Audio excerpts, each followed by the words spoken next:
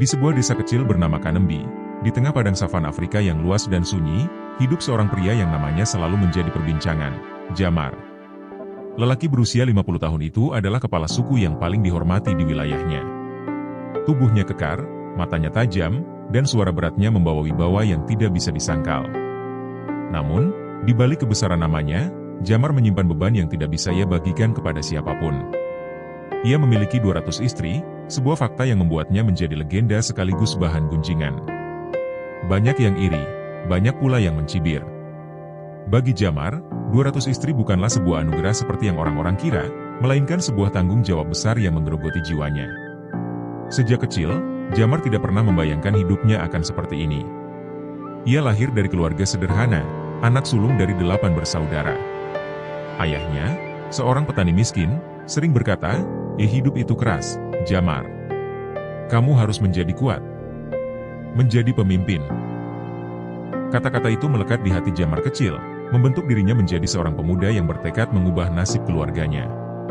Ketika ayahnya meninggal, Jamar yang baru berusia 16 tahun mengambil alih tanggung jawab keluarga. Ia bekerja keras di ladang, memimpin adik-adiknya, dan akhirnya memenangkan kepercayaan masyarakat sukunya. Pada usia 20 tahun, ia diangkat menjadi kepala suku termuda dalam sejarah Kanembi. Namun, kehidupan sebagai pemimpin suku tidak semudah yang ia bayangkan. Tanggung jawab besar, tradisi yang menuntut, dan tekanan dari tetua suku membuatnya sering merasa terperangkap. Jamar sadar bahwa untuk mempertahankan kedudukannya, ia harus menaati tradisi yang sudah ada selama ratusan tahun. Salah satunya adalah menikahi perempuan dari keluarga-keluarga penting di desa itu sebagai bentuk aliansi dan perlindungan. Istri pertama Jamar adalah Aminah, seorang gadis yang ia kenal sejak kecil. Aminah adalah tetangganya, teman bermainnya, sekaligus cinta pertamanya. Wajahnya sederhana, dengan mata yang lembut dan senyum yang selalu membuat hati Jamar hangat. Saat mereka menikah, Jamar merasa bahwa hidupnya lengkap. Mereka tinggal di sebuah pondok kecil di tepi sungai, berbagi mimpi dan harapan. "Jamar, aku ingin kita memiliki keluarga kecil yang bahagia," kata Aminah suatu malam saat mereka duduk di bawah bintang-bintang. "Aku ingin anak-anak kita tumbuh di desa ini, mengenal cinta dan kehangatan." Jamar mengangguk, menggenggam tangan istrinya. "Aku janji, Aminah. Aku akan menjadi suami yang baik dan ayah yang hebat." Namun, janji itu mulai terasa sulit dipenuhi ketika Jamar dipaksa untuk menikah lagi. Sebagai kepala suku, ia tidak punya pilihan. Ketua desa mendesaknya untuk menikahi putri dari suku tetangga demi menjaga perdamaian. "Jika kau menolak, kita bisa kehilangan hubungan baik dengan mereka," diujar salah satu tetua dengan nada penuh peringatan. Jamar merasa hatinya memberontak, tetapi ia tidak bisa menolak. Dengan berat hati, ia menikahi wanita itu, seorang gadis muda bernama Safira. Aminah menerima keputusan itu dengan air mata yang tidak pernah ia tunjukkan kepada siapapun. Baginya, cinta pertama mereka telah berubah menjadi kewajiban yang pahit. Seiring waktu, pernikahan demi pernikahan terus berlangsung. Setiap istri baru membawa alasan politik, ekonomi, atau sosial yang tidak bisa Jamar hindari. Ia menikah bukan karena cinta, melainkan karena tekanan. Setiap malam, Jamar duduk sendirian di pondoknya, merenungkan hidupnya yang semakin jauh dari kebahagiaan. Sementara itu, Aminah perlahan kehilangan tempatnya di hati Jamar. Bukan karena cinta Jamar padanya hilang, tetapi karena ia harus membagi perhatiannya dengan begitu banyak orang. Aminah menjadi semakin pendiam. Wanita yang dulu selalu tersenyum kini lebih sering termenung, memandangi sungai yang mengalir dengan mata kosong. "Aminah, kau baik-baik saja?" ditanya Jamar suatu malam. Aminah hanya tersenyum tipis. "Aku baik-baik saja, Jamar. Aku hanya merindukan kita yang dulu." Kata-kata itu menghantui Jamar. Ia tahu ia telah mengecewakan Aminah, tetapi ia tidak tahu bagaimana memperbaiki semuanya. Ia merasa terperangkap dalam lingkaran tradisi dan tanggung jawab yang tidak memberinya ruang untuk menjadi dirinya sendiri. Di balik dinding-dinding rumah besar tempat semua istrinya tinggal, Jamar sering merasa sendirian. Setiap wanita di rumah itu membawa cerita mereka sendiri, tetapi tidak ada yang benar-benar dekat dengannya. Mereka memandangnya dengan hormat, tetapi juga dengan jarak. Jamar menjadi seperti raja dalam istananya sendiri, tetapi tanpa cinta sejati. Anak-anaknya yang berjumlah puluhan mulai tumbuh besar, tetapi bahkan mereka tidak bisa mengenalnya dengan baik. Jamar merasa menjadi orang asing di tengah keluarganya sendiri. Ia sering duduk di tepi sungai, memandangi air yang mengalir dengan perasaan hampa. Apa artinya menjadi pemimpin jika aku kehilangan semuanya? Igumamnya kepada dirinya sendiri. Pada suatu hari, Jamar bertemu dengan seorang pria tua yang datang ke desa mereka. Pria itu adalah seorang pengembara yang membawa cerita-cerita dari tempat-tempat jauh. Ia duduk bersama Jamar di bawah pohon besar di tengah desa dan berkata, "Engkau terlihat seperti pria yang memiliki segalanya, tetapi hatimu berkata sebaliknya." Jamar terkejut. Tidak ada yang pernah berbicara kepadanya dengan begitu langsung. "Bagaimana kau tahu?" tanyanya. Pria tua itu tersenyum. "Aku sudah hidup cukup lama untuk mengenali mata seseorang yang penuh dengan beban. Kau membawa luka di hatimu, tetapi kau tidak tahu bagaimana menyembuhkannya." Percakapan itu menjadi awal dari perjalanan Jamar untuk menghadapi kenyataan hidupnya. Ia mulai melihat hidupnya dengan cara yang berbeda, menyadari bahwa cinta sejati tidak bisa dipaksakan, dan bahwa kebahagiaan tidak selalu datang dari kekuasaan atau tradisi. Hari itu, Jamar duduk di tepi sungai yang menjadi tempat ia sering melarikan diri dari kebisingan istana. Angin sore berembus lembut, membawa aroma rerumputan liar. Namun, ketenangan itu terpecah ketika ia mendengar suara langkah kecil mendekat. Ia menoleh dan melihat Aminah, berdiri dengan tubuh yang tampak lebih kurus dari sebelumnya. Matanya, yang dulu penuh cahaya, kini suram. "Ada apa, Aminah?" tanya Jamar dengan lembut. Aminah tidak segera menjawab. Ia hanya berdiri di sana, memandang suaminya dengan tatapan yang sulit diartikan. Akhirnya, dengan suara bergetar, ia berkata, Jamar, aku akan pergi." Kata-kata itu seperti petir di siang bolong. Jamar terdiam. "Pergi? Maksudmu apa?" "Aku tidak bisa tinggal di sini lagi," jawab Aminah, matanya mulai basah. "Hidup di antara ratusan istri dan anak-anak ini membuatku merasa seperti hantu. Kau tidak melihatku lagi, Jamar.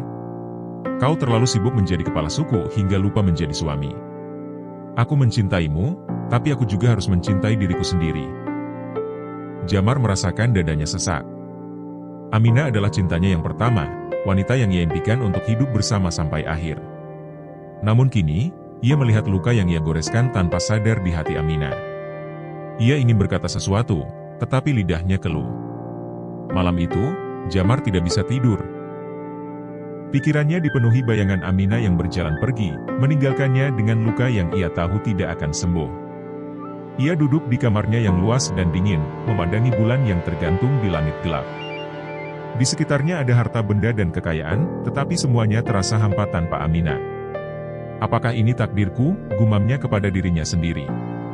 Untuk memiliki segalanya, tetapi kehilangan orang yang paling berarti. Di dalam istana, suara tawa istri-istrinya dan tangisan anak-anak terdengar samar. Bagi mereka, Jamar adalah seorang kepala suku yang kuat, seorang ayah yang menyediakan segalanya. Namun, tidak ada yang tahu bahwa di balik wajah tegar itu, ada hati yang perlahan remuk. Ia memejamkan mata, mencoba mengingat masa-masa saat ia dan Aminah dulu duduk bersama di tepi sungai, berbicara tentang mimpi-mimpi mereka. Air mata mengalir tanpa ia sadari. Itu adalah malam pertama dalam hidupnya di mana ia benar-benar merasa sendirian, meskipun ia dikelilingi oleh ratusan orang. Keesokan harinya, Jamar menemui tetua suku. Ia ingin berbicara tentang perasaannya, sesuatu yang selama ini ia simpan rapat-rapat. "Aku tidak ingin hidup seperti ini lagi," katanya dengan suara yang bergetar. "Aku lelah menjadi boneka tradisi. Aku ingin menjadi manusia." Tetua-tetua itu saling pandang, terkejut mendengar kata-kata Jamar. Salah satu dari mereka, seorang pria tua bernama Maliku, menggeleng pelan. "Jamar, kau tahu ini bukan hanya tentang dirimu. Kau adalah simbol bagi suku kita. Jika kau menolak tradisi, kau akan melemahkan posisi kita di mata suku-suku lain." "Tapi apa artinya menjadi simbol jika aku kehilangan diriku sendiri?" balas Jamar. Tetua-tetua itu terdiam. Mereka tahu Jamar benar, tetapi mereka juga tahu bahwa perubahan seperti ini tidak mudah diterima oleh masyarakat yang sudah terikat tradisi selama berabad-abad. Jamar merasa frustrasi. Ia ingin melawan, tetapi ia juga tahu konsekuensinya. Beberapa hari kemudian, Aminah benar-benar pergi. Ia meninggalkan istana dengan membawa hanya beberapa barang miliknya. Sebelum pergi, ia menyelipkan sebuah surat di bawah pintu kamar Jamar. Malam itu, Jamar menemukannya. Surat itu sederhana, tetapi setiap kata terasa seperti pisau yang menusuk hatinya. Jamar, aku mencintaimu lebih dari apapun di dunia ini. Tetapi cinta tidak bisa bertahan tanpa ruang untuk bernafas. Kau adalah matahari dalam hidupku, tetapi matahari itu kini terasa terlalu jauh. Aku harus pergi untuk menemukan diriku yang hilang. Aku harap kau menemukan kedamaian dalam hidupmu, seperti aku mencoba menemukan kedamaian dalam kepergianku. Aminah. Jamar membaca surat itu berulang kali, berharap menemukan jawaban atas kekosongan yang ia rasakan.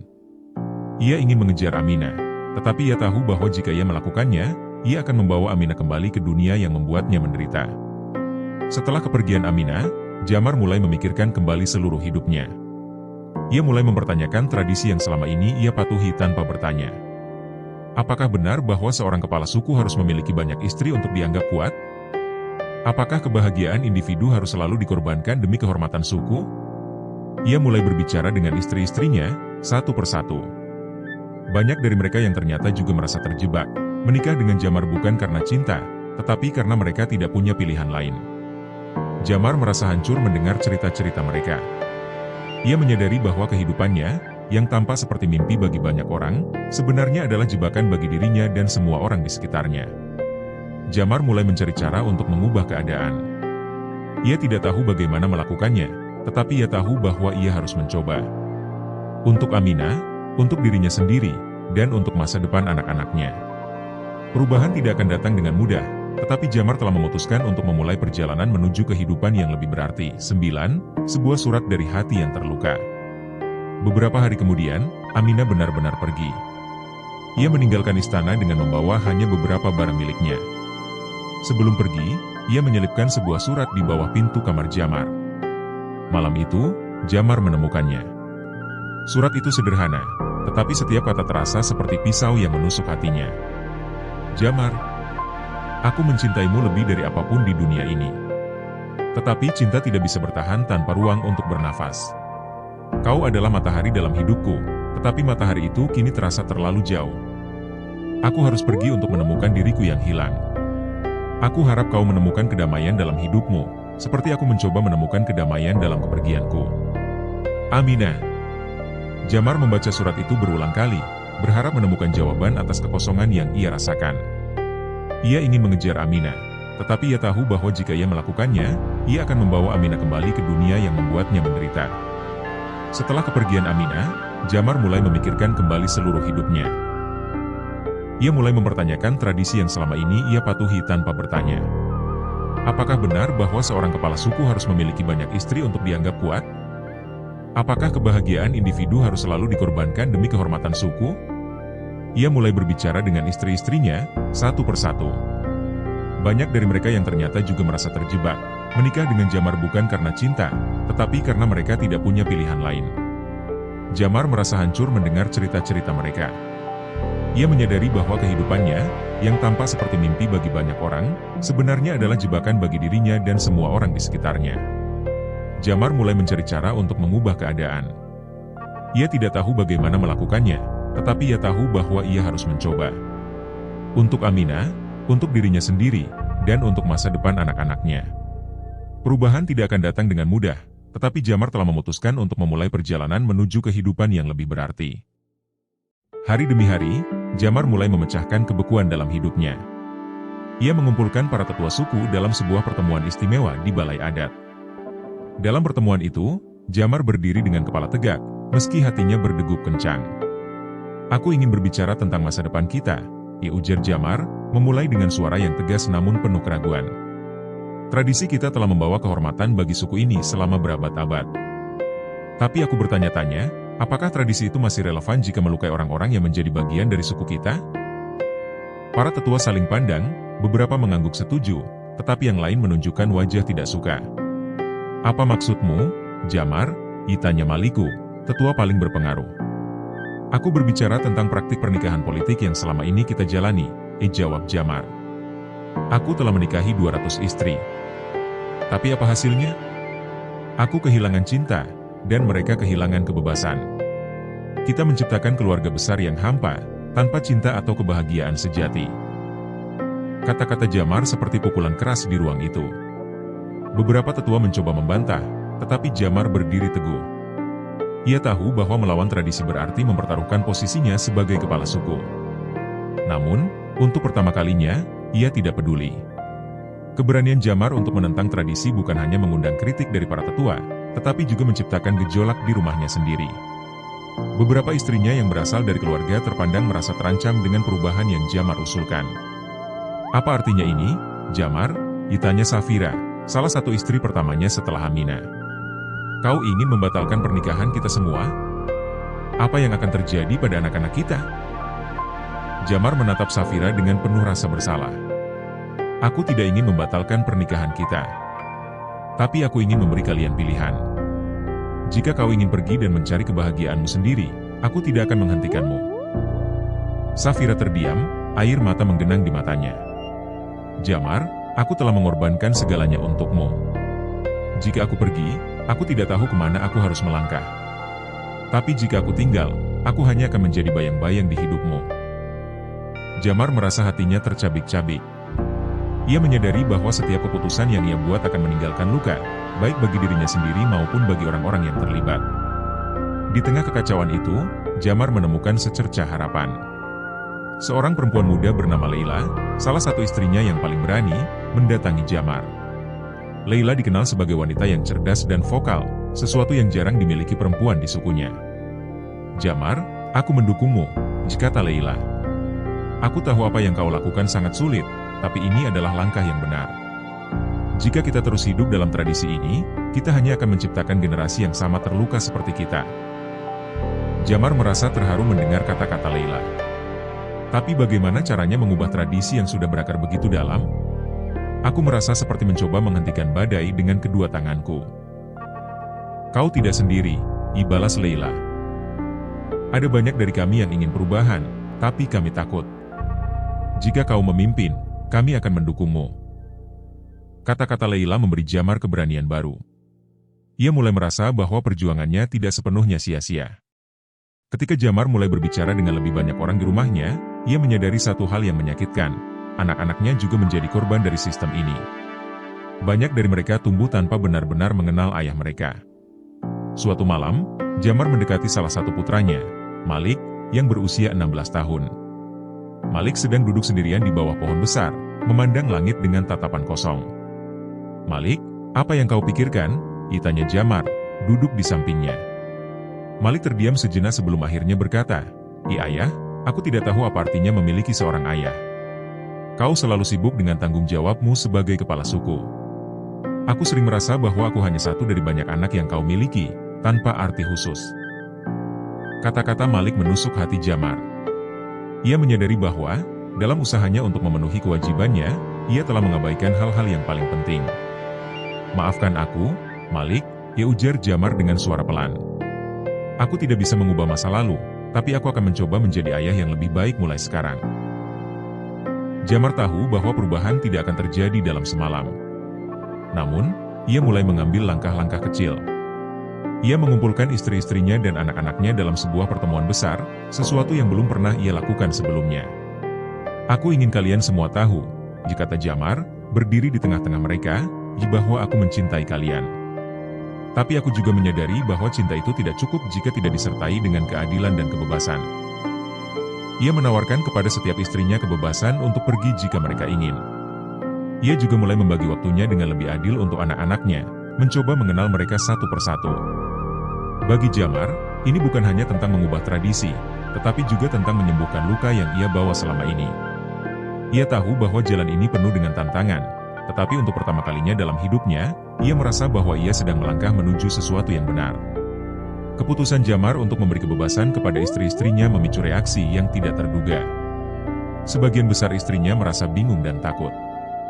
Bagi mereka, istana Jamar adalah tempat perlindungan, meskipun seringkali terasa seperti penjara. Namun, ada juga beberapa yang menyambut gagasan itu dengan antusias. Di sisi lain, para tetua suku mulai melancarkan perlawanan. Mereka menganggap tindakan Jamar sebagai ancaman terhadap tradisi yang sudah lama menjadi pondasi kekuatan suku. Kau menghancurkan segalanya, Jamar, kata Malikku dalam sebuah pertemuan. Apa yang akan terjadi jika para istrimu pergi? Bagaimana suku ini akan mempertahankan kehormatannya? Jamar menarik napas dalam-dalam sebelum menjawab. Kehormatan tidak datang dari jumlah istri atau harta yang kita miliki. Kehormatan datang dari bagaimana kita memperlakukan satu sama lain dengan keadilan dan kasih sayang. Kata-kata itu membelah ruangan menjadi dua kubu, mereka yang mendukung Jamar dan mereka yang ingin mempertahankan status quo. Jamar tahu bahwa pertempuran ini tidak hanya soal tradisi, tetapi juga tentang melawan rasa takut yang telah mendarah daging dalam masyarakatnya. Ketika semakin banyak istri Jamar memilih untuk meninggalkan istana, suasana rumahnya berubah drastis. Kamar-kamar yang dulunya penuh dengan tawa dan aktivitas kini kosong. Anak-anak yang ditinggalkan oleh ibu mereka mulai mempertanyakan keputusan Jamar. "Kenapa kau membiarkan mereka pergi, Ayah?" Ditanya seorang anak perempuan bernama Zahra, yang baru berusia 10 tahun. "Aku tidak mengerti. Bukankah kita keluarga?" Jamar merasakan rasa bersalah yang mendalam. Ia berlutut di hadapan Zahra, memegang tangannya dengan lembut. "Zahra, aku membiarkan mereka pergi karena aku ingin mereka bahagia. Dan aku ingin kau tumbuh di dunia yang lebih adil daripada dunia yang ayah tinggali selama ini." Meskipun Zahra masih terlalu muda untuk memahami sepenuhnya, kata-kata itu mulai membuka jalan bagi Jamar untuk berdamai dengan dirinya sendiri. Ia tahu bahwa perubahan selalu datang dengan pengorbanan, tetapi ia berharap bahwa pengorbanan ini akan membawa kebahagiaan bagi generasi mendatang. Namun, tidak semua istri Jamar memilih untuk pergi.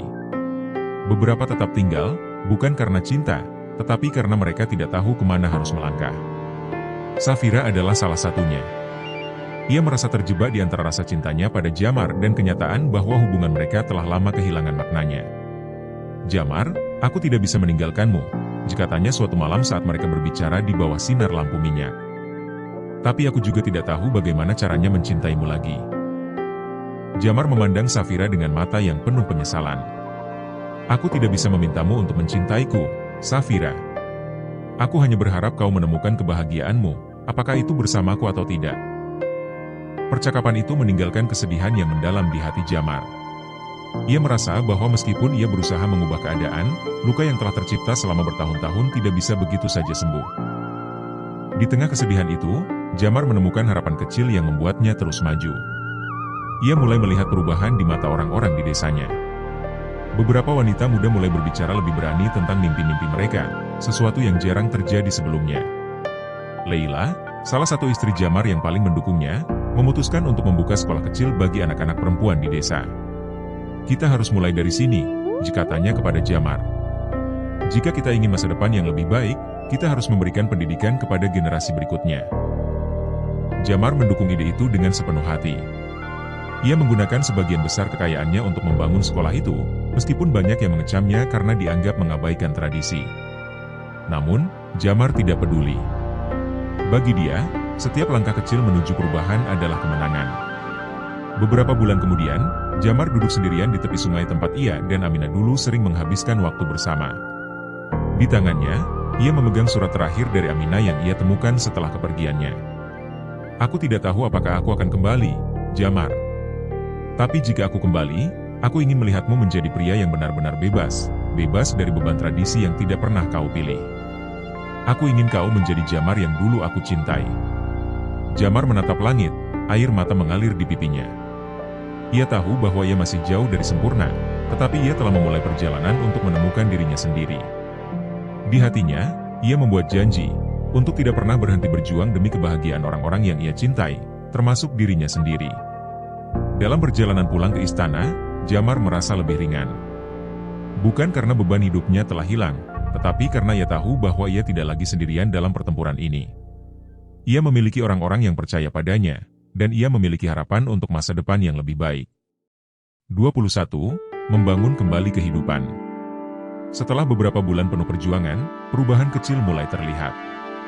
Istri-istri Jamar yang memutuskan untuk tetap tinggal mulai menemukan peran baru dalam hidup mereka. Mereka tidak lagi hanya menjadi istri kepala suku, tetapi individu dengan mimpi dan kontribusi masing-masing. Leila menjadi kepala sekolah kecil yang ia dirikan, mengajarkan anak-anak perempuan untuk membaca, menulis, dan berpikir kritis. "Ini hanya langkah awal," katanya kepada Jamar. "Tapi aku percaya, satu langkah kecil bisa membuka jalan bagi banyak perubahan." Jamar merasa bangga, meskipun ia tahu jalannya masih panjang. ia mulai mempelajari cara menjadi ayah yang lebih hadir untuk anak-anaknya. Ia mendengar cerita mereka, membantu mereka dengan tugas, dan bahkan belajar bermain permainan yang mereka sukai. Salah satu momen yang paling membekas adalah saat putrinya, Zahra, mendatanginya dengan selembar gambar yang ia buat di sekolah. "Ayah, ini kita," katanya sambil menunjukkan gambar mereka berdua di bawah pohon besar. Hati Jamar hangat. Meskipun banyak luka yang belum sembuh, momen-momen kecil seperti ini memberinya alasan untuk terus melangkah. 22. Pertemuan tak terduga. Pada suatu hari yang cerah, kabar mengejutkan datang ke istana. Salah satu pengawal Jamar melihat Aminah di desa tetangga. Ia hidup mandiri, mengelola ladang kecil, dan tampak bahagia. Mendengar kabar itu, Jamar merasa campur aduk. Ia merasa bahagia karena Aminah menemukan kedamaian, tetapi juga gelisah karena keinginannya untuk bertemu kembali dengannya semakin besar. Setelah berpikir panjang, Jamar memutuskan untuk pergi sendiri, tanpa pengawal atau keramaian, untuk menemui Aminah. Ketika ia tiba di ladang Aminah, ia melihat wanita yang pernah ia cintai dengan sepenuh hati itu sedang bekerja. Tubuhnya tampak lebih kuat, dan wajahnya memancarkan ketenangan yang belum pernah Jamar lihat sebelumnya. "Aminah," dipanggil Jamar dengan suara yang bergetar. Aminah menoleh. Mata mereka bertemu, dan seketika, waktu terasa berhenti. Aminah tidak segera menyambut Jamar. Ia hanya berdiri di sana, memandangi pria yang pernah menjadi pusat dunianya. "Kenapa kau datang, Jamar?" ditanyanya dengan nada datar, tetapi ada kehangatan yang samar di matanya. "Aku ingin meminta maaf," jawab Jamar. "Untuk semua luka yang aku buat, untuk cinta yang aku sia-siakan." Aminah menghela napas panjang. "Aku sudah memaafkanmu, Jamar. Tapi memaafkan tidak berarti aku bisa kembali." Jamar mengangguk, meskipun hatinya terasa perih. "Aku tidak datang untuk memintamu kembali. Aku hanya ingin kau tahu bahwa aku sedang berusaha menjadi pria yang lebih baik. Aku ingin kau bahagia, meskipun itu berarti kau harus jauh dariku." Aminah tersenyum tipis. "Kau telah banyak berubah, Jamar. Aku senang mendengar itu. Tapi aku juga menemukan diriku di sini, di tempat ini. Hidup kita mungkin tidak lagi saling bersilangan, tapi aku akan selalu berharap yang terbaik untukmu." Percakapan itu penuh emosi, tetapi keduanya merasa lebih ringan setelahnya. Jamar pulang dengan perasaan lega, sementara Aminah merasa bahwa bab dalam hidupnya bersama Jamar akhirnya benar-benar tertutup. Perubahan yang Jamar usung tidak hanya memengaruhi keluarganya, tetapi juga mulai mengguncang struktur masyarakat suku. Para tetua yang dulunya menentangnya kini mulai melihat dampak positif dari perubahan tersebut. Wanita-wanita di desa, yang dulunya hanya mengikuti perintah, mulai berbicara lebih banyak tentang hak-hak mereka. Anak-anak perempuan yang belajar di sekolah Leila mulai bermimpi tentang masa depan yang lebih besar. Namun, Jamar tahu bahwa tidak semua orang senang dengan perubahan ini.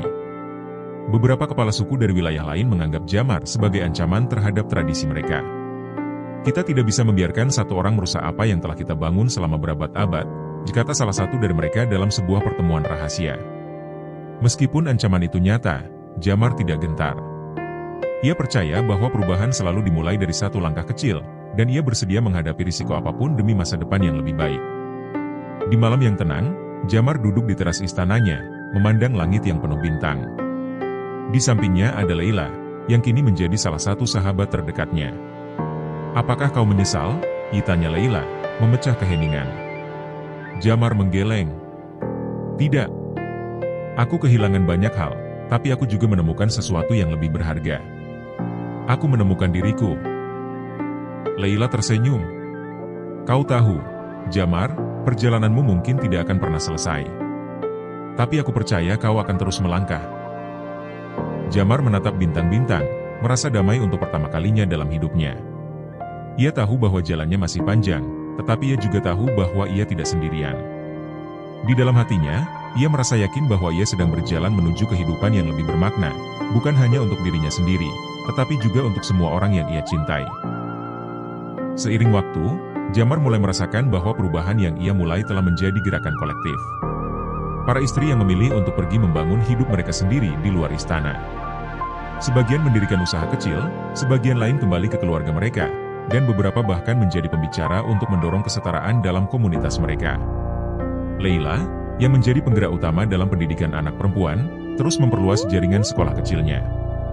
Ia bekerja sama dengan istri-istri Jamar lainnya yang berbakat untuk mengajar keahlian praktis, seperti menjahit, berkebun, dan berdagang. Kami harus mempersiapkan generasi perempuan yang lebih mandiri, diujarnya dalam sebuah pertemuan. Jamar merasa bahwa ia tidak lagi sendirian dalam perjuangannya. Orang-orang mulai datang kepadanya untuk meminta nasihat, bukan sebagai kepala suku yang berkuasa, tetapi sebagai seorang pria yang berani melawan ketidakadilan. Namun, ia juga tahu bahwa perubahan besar membutuhkan keberanian yang lebih besar lagi. Ancaman dari kepala suku lain yang konservatif semakin meningkat. Beberapa dari mereka bahkan mulai mengirimkan utusan untuk memperingatkan Jamar agar berhenti menginspirasi pemberontakan dalam masyarakat mereka. Ancaman itu akhirnya berubah menjadi tindakan nyata. Suatu malam, salah satu rumah istri Jamar yang telah pergi dibakar oleh sekelompok pria tak dikenal. Peristiwa itu mengguncang seluruh desa, terutama Jamar. Ia bergegas ke lokasi kejadian dan menemukan salah satu istrinya, Safira, sedang menangis di antara runtuhan. Safira memutuskan untuk pergi dari istana beberapa minggu sebelumnya, mencoba membangun hidupnya sendiri dengan anak-anaknya. Melihat kehancuran itu, Jamar merasakan kemarahan yang membakar di dadanya. "Aku tidak akan membiarkan ini terjadi lagi," katanya kepada para tetua yang datang melihat kerusakan. "Jika kita terus hidup dalam ketakutan, tidak akan ada yang berubah." Malam itu, Jamar mengumpulkan para pendukungnya dan merancang rencana untuk melindungi mereka yang telah menjadi korban perubahan. Ia menggunakan pengaruhnya untuk memperkuat keamanan di desa dan meminta perlindungan dari kepala suku lain yang lebih progresif. Namun, Jamar tahu bahwa langkah-langkah itu tidak cukup. Ia memutuskan untuk menghadapi kepala suku konservatif yang selama ini menjadi oposisi terbesarnya. Dalam sebuah pertemuan besar yang diadakan di tanah netral, Jamar berdiri di tengah-tengah mereka dengan keberanian yang luar biasa. "Kalian menganggapku sebagai ancaman," kata Jamar. "Tapi apa yang aku lakukan adalah untuk membawa kebaikan, bukan kehancuran. Aku tidak memaksa kalian mengikuti jejakku, tapi aku meminta kalian untuk melihat apa yang sedang terjadi." Beberapa kepala suku meremehkan Jamar, tetapi ada juga yang mulai mempertimbangkan kata-katanya. "Tradisi tidak akan bertahan jika tidak ada cinta dan keadilan di dalamnya," tambah Jamar. "Kita harus beradaptasi, atau kita akan kehilangan semua yang kita miliki." Pertemuan itu tidak menghasilkan kesepakatan besar, tetapi Jamar tahu bahwa ia telah menanamkan benih keraguan di hati mereka. Ia percaya bahwa perubahan sejati tidak datang melalui paksaan, melainkan melalui kesadaran. Setelah pertemuan itu, desa Jamar menjadi simbol harapan bagi banyak orang. Orang-orang dari desa lain mulai mengunjungi untuk belajar tentang cara Jamar memimpin dengan prinsip baru. Para wanita mulai berani berbicara, dan anak-anak perempuan di desa itu tumbuh dengan mimpi yang lebih besar. Zahra, putri Jamar yang dulu mempertanyakan keputusannya, kini menjadi salah satu murid terbaik di sekolah Leila. Suatu hari, Zahra mendatangi Jamar dengan buku di tangannya. "Ayah, aku ingin menjadi dokter suatu hari nanti," katanya dengan senyum lebar. Jamar merasa air matanya hampir jatuh. "Kau bisa menjadi apapun yang kau inginkan, Zahra," katanya. "Ayah akan selalu mendukungmu." Momen-momen seperti ini memberi Jamar kekuatan untuk terus maju, meskipun tantangan yang ia hadapi semakin berat. Ia tahu bahwa setiap langkah kecil membawa perubahan besar bagi masa depan. Beberapa tahun kemudian, Jamar berdiri di depan sebuah aula yang penuh dengan orang-orang dari berbagai desa. Di belakangnya berdiri Leila, Safira, dan beberapa anak serta cucunya. Aula itu adalah bagian dari sebuah sekolah besar yang dibangun dari perjuangan kolektif komunitasnya. "Apa yang kita lakukan di sini bukan tentang menghancurkan tradisi," kata Jamar kepada orang-orang yang hadir. "Ini tentang menemukan kembali makna cinta, kebebasan, dan kebahagiaan dalam hidup kita." Pidato itu disambut dengan tepuk tangan meriah. Bagi Jamar, momen itu adalah puncak dari semua yang ia perjuangkan. Ia tidak lagi menjadi pria yang dibebani oleh tradisi, tetapi seorang pemimpin yang membimbing dengan hati. Meskipun jalan yang ia tempuh penuh dengan luka dan pengorbanan, Jamar tahu bahwa ia telah meninggalkan warisan yang akan bertahan lama, warisan harapan, cinta, dan keberanian untuk berubah. Di akhir hari, saat ia duduk di bawah pohon besar bersama anak-anaknya, Jamar tersenyum. Ia merasa bahwa hidupnya kini lebih bermakna daripada yang pernah ia bayangkan. Ia tidak lagi dikelilingi oleh 200 istri, tetapi oleh orang-orang yang benar-benar mencintainya, bukan karena kewajiban, tetapi karena pilihan. Setelah bertahun-tahun penuh perjuangan, desa Jamar telah berubah menjadi simbol kebangkitan. Kehidupan di desa itu menjadi seperti melodi indah yang sebelumnya tidak pernah terdengar, suara anak-anak yang belajar, tawa para perempuan yang bekerja sama di pasar, dan bisikan mimpi yang tak lagi dianggap tabu. Jamar sering berjalan-jalan di desa untuk melihat perubahan yang telah ia dan orang-orangnya capai. Di sebuah sudut desa, ia melihat Safira mengelola toko kecil dengan anak-anaknya. Safira tersenyum dan melambaikan tangan, tanda bahwa meskipun mereka tidak lagi bersama secara emosional seperti dulu, ada kedamaian yang tumbuh di antara mereka. Leila juga terus berjuang tanpa henti. Sekolah yang ia dirikan kini berkembang menjadi pusat pembelajaran untuk para wanita dari desa lain. Jamar menyaksikan bagaimana Leila berbicara penuh semangat kepada murid-muridnya, menginspirasi mereka untuk bermimpi lebih besar. "Aku tidak percaya kita telah sejauh ini," kata Leila kepada Jamar suatu hari. "Semua ini berkat keberanianmu untuk memulai." Jamar tersenyum. "Ini adalah hasil kerja kita bersama. Tanpa kalian, aku hanyalah seorang pria dengan mimpi kosong." Namun, perubahan besar seringkali tidak datang tanpa pengorbanan. Meskipun banyak yang mendukung Jamar, ada juga beberapa orang di desa yang masih terjebak dalam bayang-bayang tradisi lama. Beberapa pria merasa bahwa kebebasan para wanita telah melemahkan otoritas mereka. Suatu malam, Jamar dipanggil ke pertemuan darurat. Seorang pria tua bernama Kasim, yang pernah menjadi pendukung tradisi lama, berbicara dengan suara bergetar. "Jamar, aku kehilangan anak perempuanku. Dia pergi meninggalkan desa untuk mengejar mimpi yang kau tanamkan dalam pikirannya." Jamar merasa terpukul. Ia tahu bahwa perubahan yang ia bawa tidak hanya membebaskan, tetapi juga merenggut. "Aku turut berduka, Kasim," katanya dengan tulus. "Tapi aku percaya, kau akan melihat bahwa kebahagiaan anak perempuanmu adalah bukti bahwa kita sedang menuju masa depan yang lebih baik." Kasim terdiam, wajahnya dipenuhi emosi yang bercampur aduk. Perlahan, ia mengangguk, meskipun tidak ada kata-kata yang keluar dari bibirnya. Beberapa waktu kemudian, Jamar menerima tamu tak terduga, kepala suku dari desa lain yang sebelumnya menentang gagasannya. Pria itu, bernama Rauf, datang dengan rombongan kecil. "Kami mendengar tentang desa ini," kata Rauf. "Kami ingin melihat dengan mata kami sendiri apakah perubahan yang kau bawa benar-benar membawa kebaikan." Jamar dengan tenang mengundang mereka untuk melihat kehidupan di desanya. Rauf dan rombongannya terkesan dengan apa yang mereka lihat, sekolah yang berkembang, pasar yang hidup, dan wanita-wanita yang berani berbicara. "Kau mungkin benar, Jamar," kata Rauf pada akhirnya. "Tradisi kami mungkin membutuhkan penyegaran. Aku tidak menjanjikan perubahan langsung, tetapi aku akan mulai mempertimbangkannya." Bagi Jamar, kunjungan ini adalah tanda bahwa perjuangannya mulai meluas. Ia merasa bahwa benih perubahan yang ia tanam telah mulai berakar di tempat lain. Namun, Jamar tidak bisa melupakan orang-orang yang telah menjadi bagian dari perjalanannya. Ia sering mengenang Aminah, istri pertamanya, yang telah menjadi pendorong utama perubahan dalam hidupnya. Suatu hari, ia menerima surat dari Aminah. Surat itu singkat, tetapi penuh makna. "Aku mendengar tentang desa ini. Aku bangga padamu, Jamar. Kau telah menjadi pria yang pernah aku impikan. Terima kasih karena telah menemukan keberanian untuk berubah." Membaca surat itu, Jamar merasa bahwa luka lama di hatinya mulai sembuh.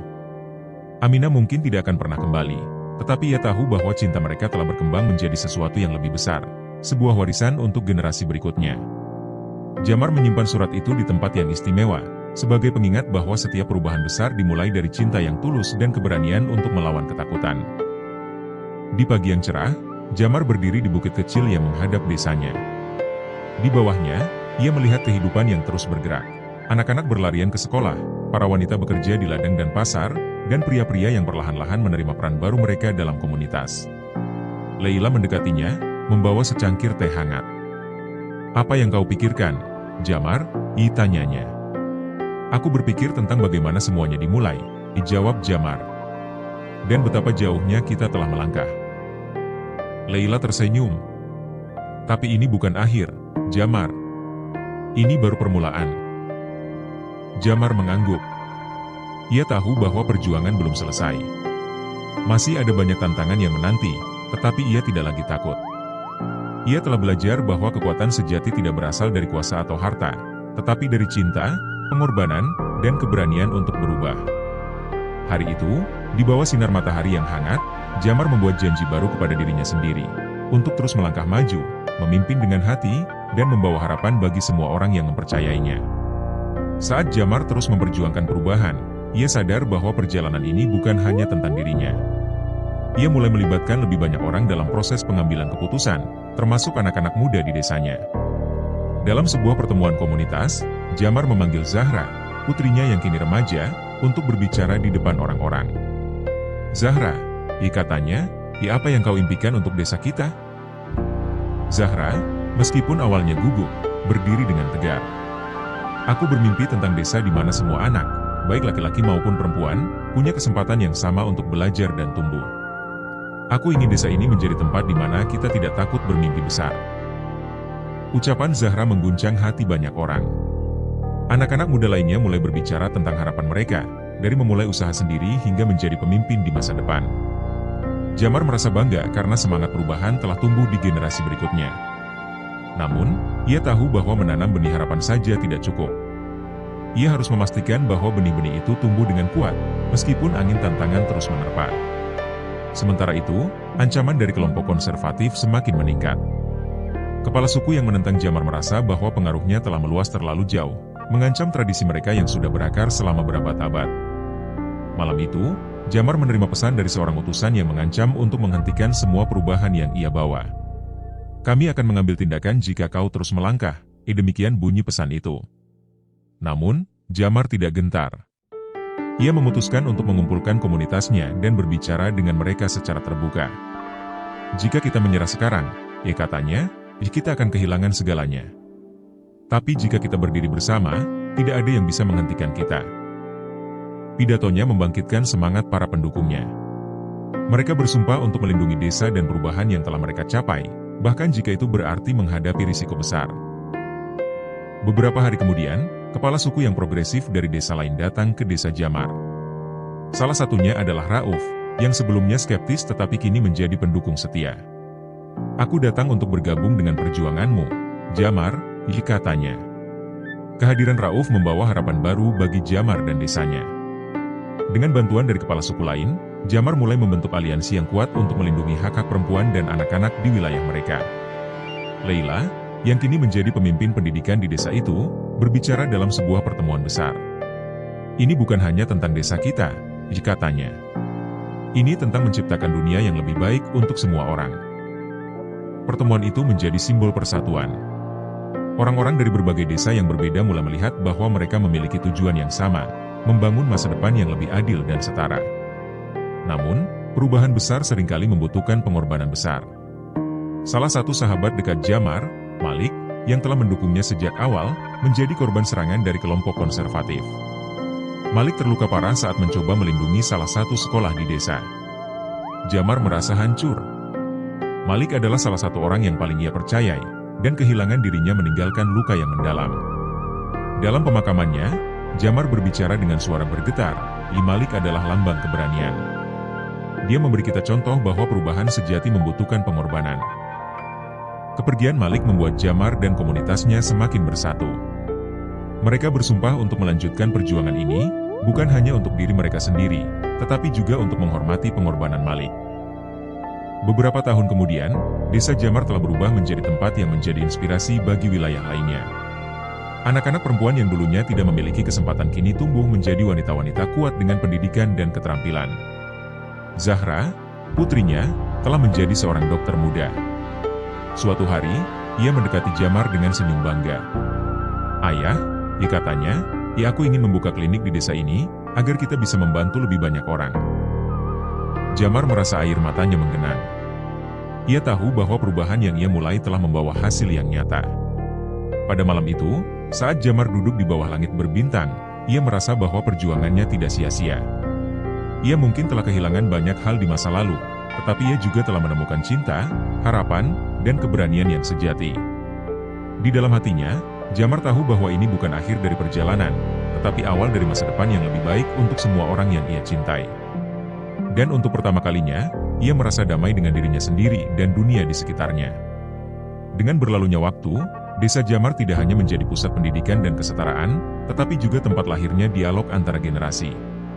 Anak-anak muda membawa semangat dan ide-ide baru, sementara para orang tua berbagi kebijaksanaan yang telah mereka pelajari dari kehidupan mereka.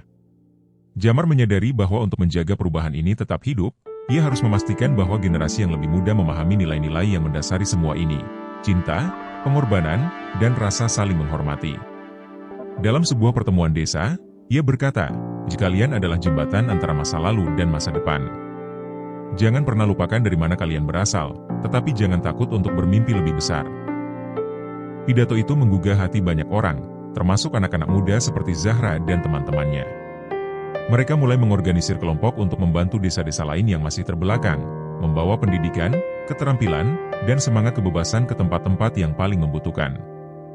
Jamar merasa bangga melihat bahwa semangat perubahan yang ia tanam telah tumbuh jauh melampaui desanya. Ia tahu bahwa inilah warisan sejati yang akan ia tinggalkan. Suatu hari, desa mengadakan perayaan besar untuk merayakan kemajuan yang telah dicapai. Di tengah tawa dan musik, Jamar berdiri di panggung sederhana, dikelilingi oleh keluarganya dan orang-orang yang telah berjuang bersamanya. Leila, yang kini menjadi salah satu pemimpin komunitas, memberikan pidato singkat yang penuh emosi. Hari ini, kita merayakan bukan hanya kemajuan, tetapi juga keberanian untuk memulai perubahan. Semua ini adalah bukti bahwa cinta dan keadilan selalu menemukan jalannya. Setelah pidato itu, Zahra memberikan sebuah hadiah kepada Jamar, sebuah lukisan yang menggambarkan desa mereka, lengkap dengan sekolah, pasar, dan klinik yang ia dirikan. "Ayah, ini adalah mimpi yang kau wujudkan untuk kita semua," katanya. Jamar merasa air matanya mengalir. Ia memeluk Zahra erat-erat, menyadari bahwa kebahagiaan sejati tidak datang dari kekuasaan, tetapi dari cinta yang tulus. Kabar tentang desa Jamar akhirnya sampai ke telinga pemerintah daerah. Suatu hari, Jamar menerima undangan untuk berbicara di sebuah konferensi besar tentang pembangunan komunitas. Meskipun ia merasa gugup, ia tahu bahwa ini adalah kesempatan untuk menyebarkan pesan perjuangannya ke audiens yang lebih luas. Di depan ratusan orang, Jamar berbicara tentang perjalanannya, tentang kesalahan yang ia buat, pelajaran yang ia pelajari, dan cinta yang ia temukan. "Perubahan tidak pernah mudah," katanya. "Tetapi jika kita memimpin dengan hati, kita dapat mengatasi apapun." Pidatonya mendapat tepuk tangan meriah. Banyak peserta konferensi yang mendekatinya setelah itu, meminta nasihat tentang bagaimana membawa perubahan serupa di komunitas mereka. Jamar merasa bahwa perjuangannya telah mencapai tingkat yang baru. Apa yang dulunya hanya mimpi kecil di desanya, kini menjadi inspirasi bagi banyak orang. Meskipun keberhasilan terus berdatangan, Jamar tidak bisa melupakan luka yang ia alami di sepanjang jalan. Ada malam-malam di mana ia duduk sendirian, mengenang istri-istrinya yang pergi, sahabat-sahabat yang hilang, dan konflik yang meninggalkan bekas di hatinya. Ia sering merenungkan keputusan-keputusan yang ia buat, bertanya-tanya apakah ia telah mengambil jalan yang benar. Namun, setiap kali keraguan itu muncul, ia diingatkan oleh senyuman anak-anak di desanya, suara tawa di pasar, dan cinta yang ia temukan kembali dalam keluarganya. Leila sering menemaninya di saat-saat seperti itu, mengingatkan Jamar bahwa setiap perjuangan besar selalu membawa luka. Yang penting adalah bagaimana kita menyembuhkan luka itu dan tumbuh darinya, katanya. Kata-kata Leila menjadi penghiburan bagi Jamar. Ia belajar untuk menerima masa lalunya, dengan segala kekurangannya, sebagai bagian dari perjalanan yang membuatnya menjadi dirinya saat ini. Pada suatu pagi yang cerah, Jamar berjalan menyusuri desanya, melihat anak-anak bermain dan para wanita bekerja dengan senyum di wajah mereka. Ia merasa bahwa inilah saatnya baginya untuk mundur dari kepemimpinan formal dan memberikan kesempatan kepada generasi berikutnya untuk memimpin. Jamar mengumpulkan komunitasnya dan mengumumkan keputusannya. "Aku telah memimpin kalian selama bertahun-tahun," katanya. "Sekarang, saatnya bagi yang muda untuk mengambil alih dan membawa kita ke masa depan yang lebih cerah." Keputusan itu disambut dengan campuran emosi. Banyak yang merasa kehilangan, tetapi mereka juga mengerti bahwa ini adalah langkah yang benar. Zahra, bersama teman-temannya, mulai mengambil peran yang lebih besar dalam memimpin komunitas. Jamar merasa damai. Ia tahu bahwa meskipun ia tidak lagi memimpin, perjuangannya akan terus hidup melalui orang-orang yang ia cintai. Di akhir hari itu, saat matahari terbenam, Jamar duduk di bawah pohon besar yang telah menjadi saksi perjalanan hidupnya. Dengan senyuman di wajahnya, ia berkata kepada dirinya sendiri, ini bukan akhir. Ini adalah awal dari sesuatu yang lebih besar.